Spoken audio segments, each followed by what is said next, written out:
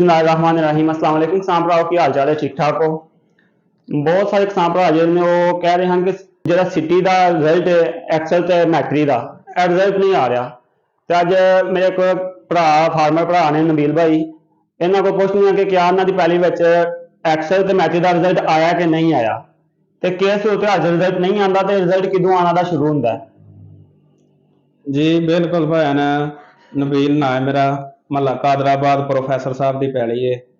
असा की अज सानू स्प्रे की 14 दिन हो गए जे। जिन्ने दिन मौसम ठंडा रहा, धुंध शुंध पैंदी रही जे, उन्ने दिन कोई रिजल्ट नहीं आया।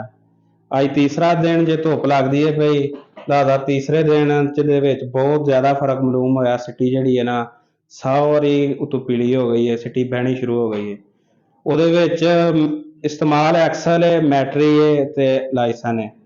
ਇਹ ਹੀ ਤਿੰਨ ਦਵਾਈਆਂ ਨੇ ਅਸੀਂ ਮਿਕਸ ਕਰਕੇ ਕੀਤੀਆਂ ਨੇ, ਇਸ ਤੋਂ ਇਲਾਵਾ ਕੋਈ ਨਹੀਂ।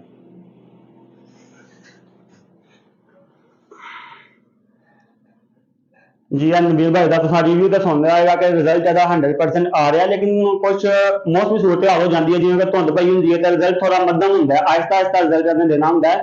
जो भी हम तो पा लगना शुरू हो गई तो इंशाल्लाह तुहाडा जो रिजल्ट है बेहतरीन होएगा। नबील भाई मेरे को फिर दोबारा आए ने एक्सल है लाइमैक्स एक्सल मैट्री लै रहे हैं लाइमैक्स, तीनों मिक्स करके स्प्रे करते हैं तो बहुत ही अच्छा तो बेहतरीन रिजल्ट मिलता है। तो सब किसान भरावां नूं मेरा मशवरा है, जे तुसीं सिटी तो परेशान हो तो फौरी तौर पर तुसीं नया सवेरा फ्रेंचाइजी तो एक्सल लाइमैक्स ते मैट्री मिक्स करके 4-4 टिक्कियां तुहां स्प्रे करनी है तो इंशाल्लाह बहुत जबरदस्त एक माल का रिजल्ट रहेगा। तो वीडियो को ज़्यादा से ज़्यादा शेयर करो ताकि दूसरे किसान भरावां का भी फायदा हो सके। मिलते हैं अगली वीडियो च, उदों तक अल्लाह हाफिज़।